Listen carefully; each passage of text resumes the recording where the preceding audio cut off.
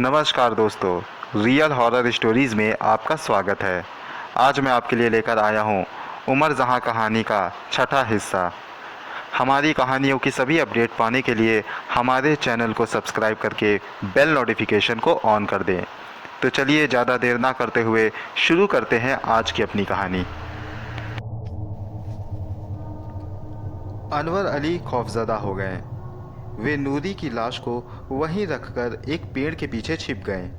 उन्हें डर था कि कहीं ये चुड़ैल उन्हें देख न ले। वो चुड़ैल काफ़ी देर तक वहाँ टहलती रही। वो वहीं टहलते हुए खुद से बातें करती और फिर एकदम से हंसने लगती। वो ये अमल काफ़ी देर तक करती रही। फिर वो वहाँ से एक ढलान की तरफ बढ़ी। ढलान से नीचे की तरफ जाकर एक नदी थी। वो उसी नदी के किनारे बैठ गई और अपने बालों को धुलने लगी। अनवर अली चुपचाप ये नज़ारा देख रहे थे। वो आहिस्ता आहिस्ता अपने बालों को धो रही थी। उसने अपने दोनों पैर सामने पड़े पत्थर पर टिका दिए। उसके पैरों की एड़ियाँ सामने की ओर थीं और पंजे पीछे की ओर। अनवर अली समझ गए कि ये कोई चुड़ैल है। उन्होंने वहाँ से चुपचाप निकल जाने में ही अपनी भलाई समझी। वे दबे पांव नूरी की लाश के पास गए और स्लेज की रस्सी को उठाकर आगे की ओर बढ़ने लगे। अभी उनके दिल से चुड़ैल का खौफ निकला भी ना था कि एक और खौफ ने उन्हें घेर लिया। उन्हें लाश में फिर से हलचल महसूस होने लगी। इस बार जब उन्होंने पलट कर देखा तो नूरी की लाश एक और करवट करके पड़ी हुई थी।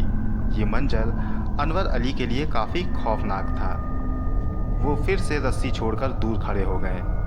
कुछ देर वो लाश को देखते रहे। फिर उन्होंने थोड़ी हिम्मत जुटाई और लाश को थाम लिया और आगे की ओर बढ़ने लगे। अनवर अली काफ़ी खौफज़दा हो चुके थे। कुछ देर चलने के बाद उन्हें एक बड़ी सी वीरान हवेली दिखाई पड़ी, जिसके दरवाजे पर 6 दिए रोशन थे। अनवर अली समझ गए कि यही उनका ठिकाना है। वे जल्दी से उस हवेली के दरवाजे पर पहुंचे। वहां एक भद्दी सी शक्ल वाला आदमी बैठा था। उसने अनवर अली को वहीं रुकने का इशारा किया। अनवर अली चुपचाप वहीं रुक गए। वो आदमी अनवर अली के पास आया और लाश का जायजा किया। फिर वहीं रुकने का इशारा करके वो अंदर चला गया। थोड़ी देर के बाद वो फिर से बाहर आया और अनवर अली को जाने को कहा और लाश को भी साथ ले जाने को कहा। अनवर अली नूरी की लाश को हवेली के अंदर ले गए। अंदर वो हवेली और भी ज़्यादा खौफनाक लग रही थी। उस हवेली में एक बड़ी सी हैबतनाक मूर्ति बनी थी। उसके आगे एक बड़ा सा कुंड था और साथ ही वहाँ एक लकड़ियों की राख से भरी हुई हांडी रखी थी। तभी अनवर अली को किसी की आहट सुनाई दी। उन्होंने देखा वहाँ एक बड़ी बड़ी दाढ़ी मूछ वाला आदमी मौजूद था। उसने काले रंग की कमीज पहन रखी थी और एक धोती भी, और उसके गले में ढेर सारी मोटी मोटी मालाएं भी थीं। देखने में वो किसी तांत्रिक की तरह लग रहा था। उसने आते ही अनवर अली को सलाम किया और अनवर अली से कहा, आइए अनवर अली जी, आपका स्वागत है। उसके मुंह से अपना नाम सुनकर अनवर अली ने उससे कहा, आप मुझे कैसे जानते हो? इस पर उस आदमी ने कहा, आपके बारे में जानता हूँ। आपको मैंने बैरीपुर गांव में बच्चों का इलाज करते हुए देखा था। वैसे आपको तो सभी जानते हैं। अनवर अली को वो आदमी कुछ सुलझा हुआ लग रहा था। उन्होंने उससे उसके बारे में पूछा तो उसने कहा, मेरा नाम कैलाश है। मैं एक तांत्रिक हूँ और तंत्र विद्याओं का प्रयोग करता रहता हूँ। इस पर अनवर अली ने कहा, तो कैलाश मुझे ये बताओ कि आखिर ये सब चल क्या रहा है? इस पर कैलाश ने कहा, मैं आपको सब बताता हूँ। अकरम पंजाब का रहने वाला था। इस बीच जो दंगे बढ़ रहे हैं, उन दंगों से वो अपने गांव और परिवार वालों को बचाने के लिए उसने कुछ आदमियों को चुनकर अपनी एक फौज बनाई, जो मौका पड़ने पर दंगाइयों और अंग्रेज़ों से अपनी सुरक्षा कर सके। एक दिन दंगाइयों ने इनके गांव में हमला कर दिया, जिससे अकरम की बीवी नूरी मारी गई। अपनी बीवी को मरता देख वो सदमे में चला गया। उसका हाल पागलों जैसा हो गया। उसने खुद की जान लेने की भी कोशिश की। लोगों ने उसे खूब समझाया, लेकिन वो सदमे से बाहर ना आया। उसने अपनी बीवी को दफनाने से भी मना कर दिया। वो कहने लगा कि उसे अपनी बीवी जिंदा वापस चाहिए। उसकी हालत पागलों जैसी हो रही थी। फिर किसी ने उसको मेरा पता बताया, तो वो मेरे पास आ गया। मैंने भी उसे समझाया, लेकिन वो नहीं माना। उसकी तसल्ली की खातिर मैंने कोशिश करने का वादा कर लिया। मुझे कोई ऐसा इंसान चाहिए था जो बहुत नेक रूह वाला हो। ऐसे इंसान को ही नूरी की लाश को यहाँ तक लाना था। ये मेरे ही तंत्र का हिस्सा था। मेरे नज़दीक आपसे नेक कोई नहीं दिखा, तो मैंने आपको चुन लिया। अगर आपको इससे कोई तकलीफ हुई हो तो मैं आपसे माफ़ी चाहूँगा। कैलाश की बात सुनकर अनवर अली ने कहा, लेकिन तुम जो कर रहे हो वो गलत है। ये तुम भी जानते हो कि इस तरह के अमल कुदरत के खिलाफ होते हैं। इस पर कैलाश ने कहा, आपने सही कहा, लेकिन मुझे जो ठीक लगा मैंने वही किया। इस पर अनवर ने कहा, जो करना है करो, मैं अब चलता हूँ। कैलाश ने अनवर अली से कहा, हाँ बेशक आप यहाँ से जा सकते हैं, लेकिन इस लाश को सामने बने हुए कुंड पर रख दीजिए। आपकी बहुत कृपा होगी। वरना अगर अकरम का काम नहीं बन पाया तो अकरम पागलपन में कुछ भी कर सकता है। कैलाश की बात सुनकर अनवर अली ने बुड़बुड़ाते हुए कहा, अपने गुनाहों में मुझे भी शामिल करवा रहे हैं। अगर तलवीर और उमर जहां की जान की परवाह ना होती तो ऐसा मैं कतई ना करता। ये कहते हुए अनवर अली ने लाश को कुंड में रख दिया और हाथ झाड़ते हुए कहा, मैं जा रहा हूँ। इस पर कैलाश ने कहा, रुको अनवर अली, कहाँ चल दिए? कैलाश के बोलने का ढंग बदल चुका था। अनवर अली ने हैरानी से कैलाश की तरफ देखा तो कैलाश फिर बोला, अब तुझे सिर्फ एक ही जगह जाना है, अपनी कब्र में। ये सुनते ही अनवर अली समझ गए कि वो एक बड़ी साजिश का शिकार हो चुके हैं। वे लपक कर दरवाजे की ओर बढ़े, लेकिन तभी उनके सामने दो हट्टे कट्टे आदमी आ गए और उन्होंने अनवर अली को पकड़ लिया और अनवर अली को वहीं बांध दिया। अनवर अली ने कैलाश से कहा, तूने मुझसे झूठ कहा। इस पर कैलाश ने कहा, हाँ झूठ कहा, क्योंकि अगर सच बताता तो आज ये दिन ना आता। असल में अकरम के बारे में मैंने तुझसे झूठ बोला। वो ये कि अकरम किसी भी गांव वाले की हिफाजत नहीं करना चाहता था।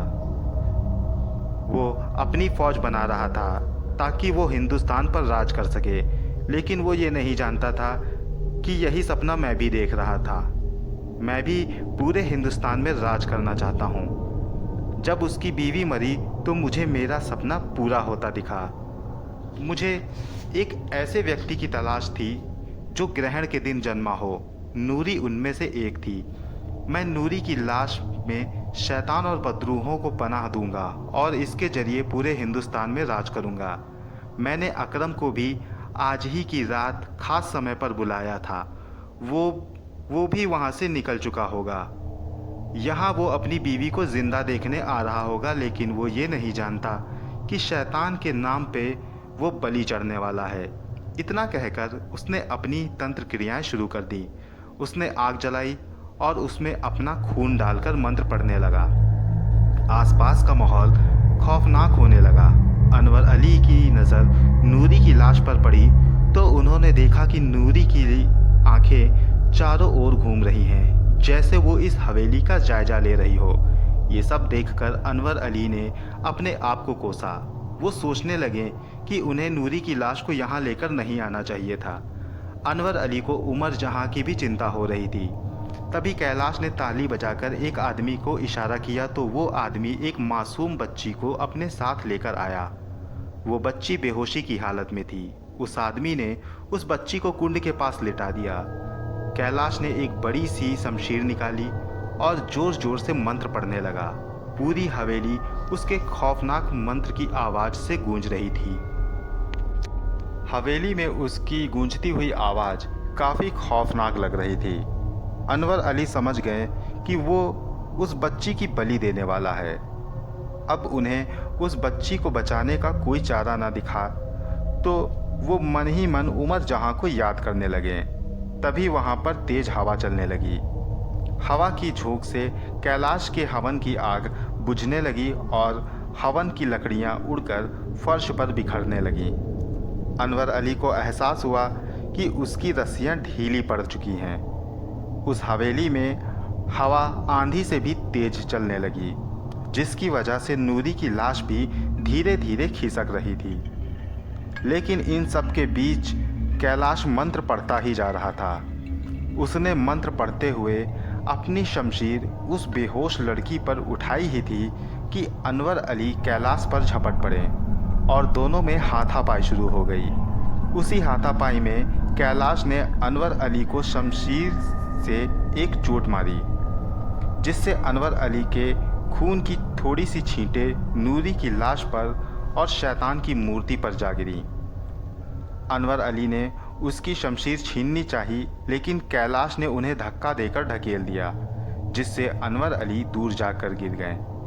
फिर कैलाश उस बेहोश लड़की की ओर बढ़ा और तभी हवेली की दीवार कैलाश पर बिजली बनकर गिरी, जिसमें दबकर कैलाश की मौत हो गई और उसकी मौत के साथ ही उस हवेली की आंधी भी शांत हो गई। उस हवेली में एक सन्नाटा सा छा गया।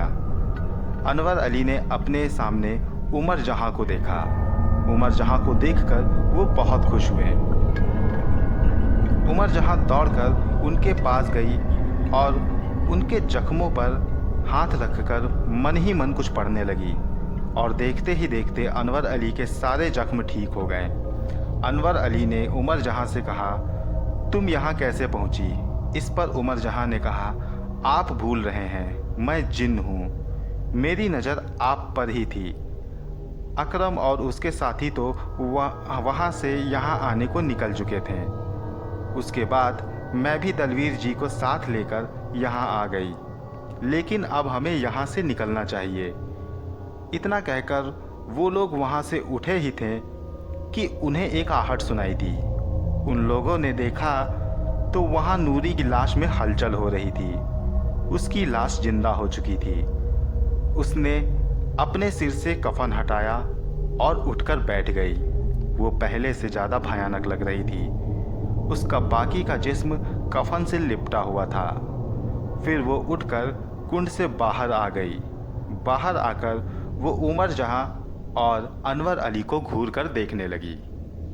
दोस्तों, ये कहानी जारी है। इस कहानी का अगला भाग मैं जल्द आपके पास लेकर आऊँगा। कहानी आपको कैसी लगी हमें कमेंट बॉक्स में लिखकर ज़रूर बताएं। मिलता हूँ अगली बार इस कहानी की अगली कड़ी के साथ। तब तक के लिए गुड बाय।